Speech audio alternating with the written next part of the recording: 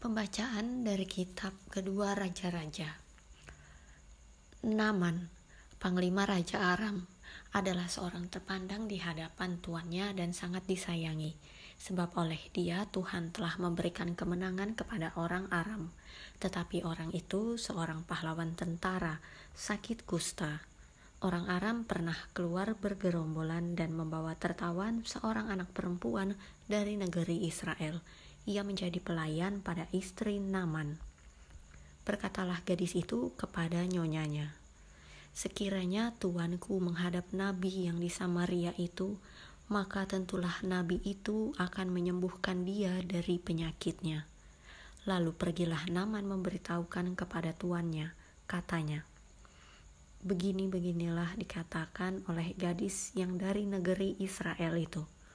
Maka jawab Raja Aram, "Baik, pergilah dan aku akan mengirim surat kepada Raja Israel."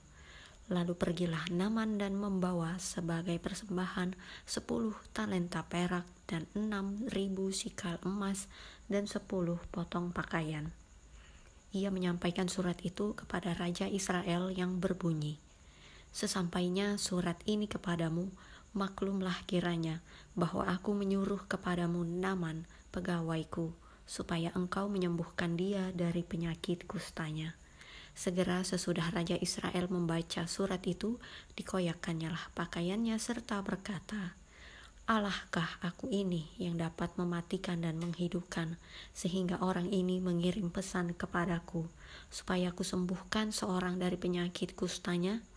Tetapi sesungguhnya, perhatikanlah dan lihatlah, ia mencari gara-gara terhadap aku."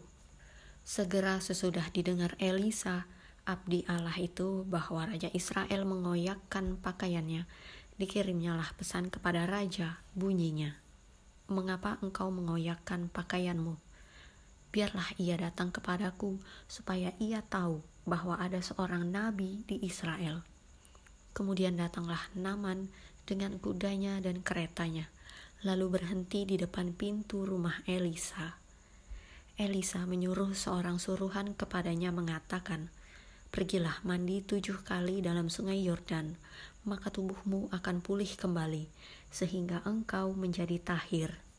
Tetapi pergilah Naaman dengan gusar sambil berkata, "Aku sangka bahwa setidak-tidaknya ia datang keluar dan berdiri memanggil nama Tuhan Allahnya, lalu menggerak-gerakkan tangannya di atas tempat penyakit itu, dan dengan demikian menyembuhkan penyakit kustaku.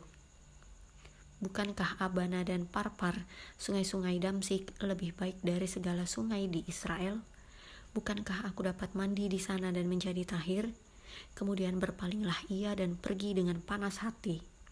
Tetapi pegawai-pegawainya datang mendekat serta berkata kepadanya, "Bapak, seandainya nabi itu menyuruh perkara yang sukar kepadamu, bukankah Bapak akan melakukannya?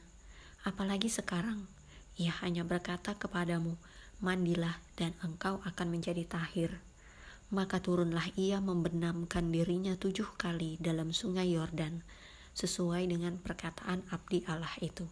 Lalu pulihlah tubuhnya kembali seperti tubuh seorang anak, dan ia menjadi tahir. Kemudian kembalilah ia dengan seluruh pasukannya kepada abdi Allah itu. Setelah sampai, tampillah ia ke depan Elisa dan berkata, "Sekarang aku tahu bahwa di seluruh bumi tidak ada Allah kecuali di Israel. Karena itu terimalah kiranya suatu pemberian dari hambamu ini." Demikianlah sabda Tuhan.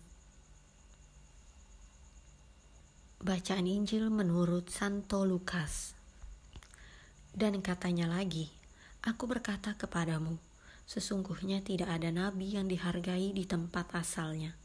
Dan aku berkata kepadamu, dan kataku ini benar, pada zaman Elia terdapat banyak perempuan janda di Israel ketika langit tertutup selama 3 tahun dan 6 bulan, dan ketika bahaya kelaparan yang hebat menimpa seluruh negeri.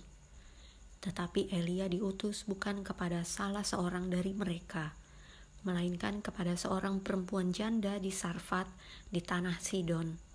Dan pada zaman Nabi Elisa, banyak orang kusta di Israel, dan tidak ada seorang pun dari mereka yang ditahirkan, selain daripada Naaman orang Syria itu. Mendengar itu sangat marahlah semua orang yang di rumah ibadat itu. Mereka bangun lalu menghalau Yesus keluar kota dan membawa dia ke tebing gunung, tempat kota itu terletak, untuk melemparkan dia dari tebing itu. Tetapi ia berjalan lewat dari tengah-tengah mereka lalu pergi. Demikianlah Injil Tuhan.